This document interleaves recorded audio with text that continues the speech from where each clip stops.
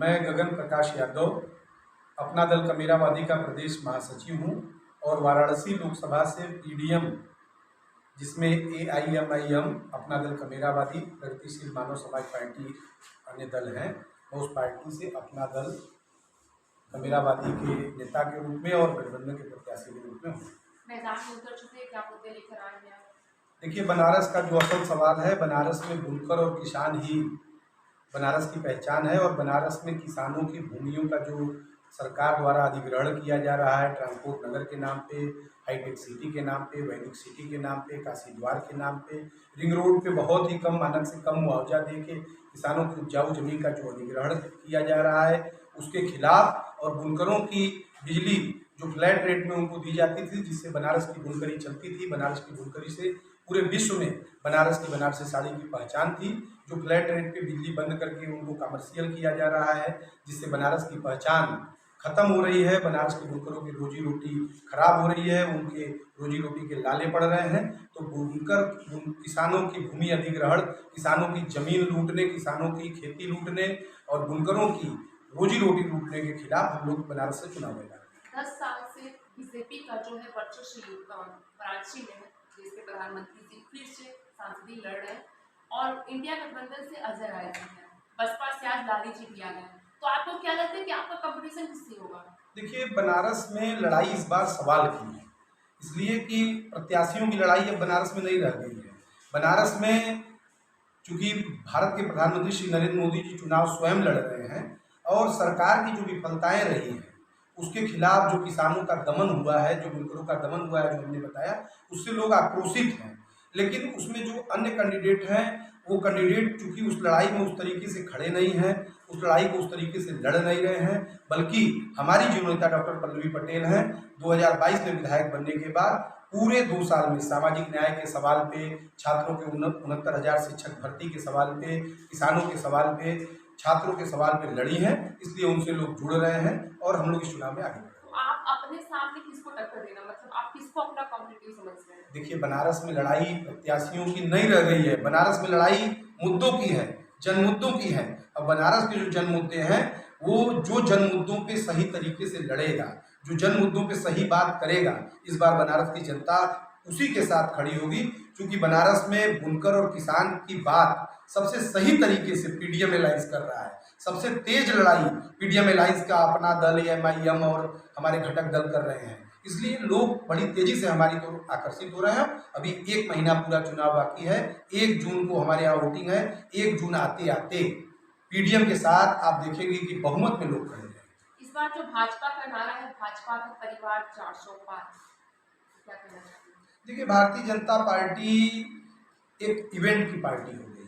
Bharatiya Janata party के पास जो पूरे देश के इलेक्टोरल बॉन्ड का पैसा है, जो पूंजीपतियों की काली कमाई उनके साथ लगी है, उसके माध्यम से वो इवेंट बड़े बड़े करके इसी तरह के इवेंट में कैसी चटकार बातें की जाए, कैसी चमक धमक वाली चीजें दिखाई जाए, ऐसी ही बातें अब उनके पास रह गई है।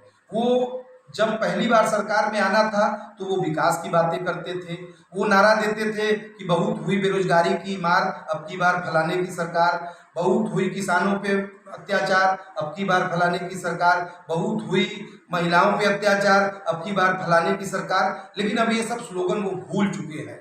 अब वो केवल इवेंट करते हैं और इवेंट से लोगों के मन को बदलने की कोशिश करते हैं। अगर आप समाज कार्य एमएसडब्ल्यू में पढ़ाई की जाती है, उसमें एक पढ़ाया जाता है इंटरपर्सनल कम्युनिकेशन, लोगों से झूठ सच कोई भी बात इस तरह से बार बार की जाए कि वो झूठ बात सच हो जाए, इस दिशा में भारतीय जनता पार्टी आगे बढ़ रही है। वो अब विकास की बात नहीं करते हैं, रोजगार की बात नहीं करते हैं, युवा की बात नहीं करते हैं, महिला की बात नहीं करते हैं, वो सीधे इवेंट की बात करते हैं। कोई क्लिक करने वाला नारा देते हैं, इसी नारों में एक नारा उनका 400 पार भी है। लेकिन भाजपा कहती हमने वाराणसी में विकास की नदियां बहाई है, रोडों का जाल बिछाया है, काशी विश्वनाथ कॉरिडोर बनाया है, ये गांव के लिए व्यापार का अवसर उससे मिला है, और आप इस तरीके की बातें कर रहे हैं। देखिए, बनारस में भारतीय जनता पार्टी ने और श्री नरेंद्र मोदी जी के 10 साल सांसद रहते हुए भी आज बनारस के सबसे बड़े हॉस्पिटल बीएचयू हॉस्पिटल में आईसीयू की लाले पड़े हैं। आप जाएंगे तो वहाँ आप बढ़ते रहेंगे, आपको आईसीयू नहीं मिलेगा। आप बनारस के काशी हिंदू विश्वविद्यालय, महात्मा गांधी काशी विद्यापीठ और संपूर्णानंद विश्वविद्यालय और महाविद्यालयों में पढ़ने जाएंगे तो जिस स्नातक का फीस 300 रुपये लगता था, आज सेल्फ फाइनेंस कोर्स होने के बाद 1 लाख रुपए फीस लग रहा है।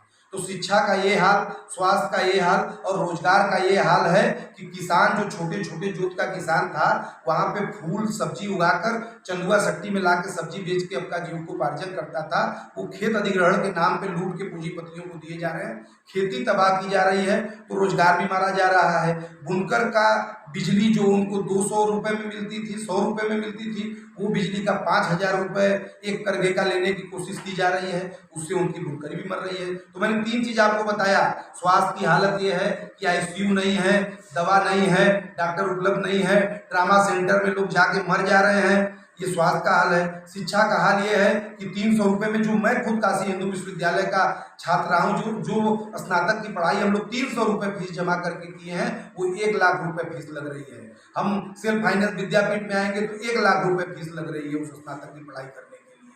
तो इस तरह शिक्षा का ये हाल है, रोजगार का ये हाल है कि किसान की जोत की खेत भी छीन ले रहे हैं, बुनकर की बुनकरी छीन ले रहे हैं। तो जब शिक्षा ही नहीं है, रोजगार ही नहीं है और स्वास्थ्य ही नहीं है, तो ये बड़े बड़े अंटालिकाएं बना के हम खाली पेट से इन अंटालिकाओं को देख के क्या करेंगे।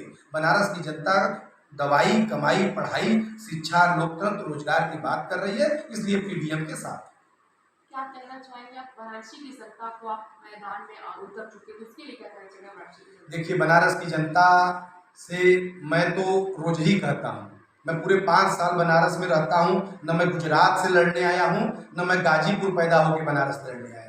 मैं बनारस का रहने वाला हूँ, मैं बनारस के किसान के घर में पैदा हुआ हूँ। किसान आंदोलन से, युवा आंदोलन से, छात्र आंदोलन से, बुनकर आंदोलन से, महिलाओं के आंदोलन से निकलकर आज लोकसभा का प्रत्याशी हूँ और इसी तमाम सामाजिक आंदोलन के लोग मिलकर गगन प्रकाश यादव को चुनाव लड़ा रहे हैं। और चुनाव आते आते आते आप ये माहौल देखेंगे कि बनारस के दल की सीमाएं टूट जाएंगी और बनारस के सारे सामाजिक संगठन के लोग, जो तमाम छोटे छोटे समितियां बना के लोग काम करते हैं, वो लोग अब गगन प्रकाश यादव के चुनाव में उतर जाएंगे और हम लोग जीत की ओर आगे बढ़ेंगे। मोदी जी ने बात कही अपने भाषण में कि अगर अदरवाइज कोई पार्टियां आती है तो महिलाओं का मंगलसूत्र भी बिक जाएगा, इस पर लेकर क्या कहेंगे आप? देखिए, श्री नरेंद्र मोदी जी को तो मंगलसूत्र पे बात करने का नैतिक अधिकार ही नहीं। जो व्यक्ति शादी के उपरांत भी अपनी पत्नी के साथ जीवन न व्यतीत करता हो, वो यदि मंगलसूत्र की बात करें तो ये बात मेरे समझ से परे है।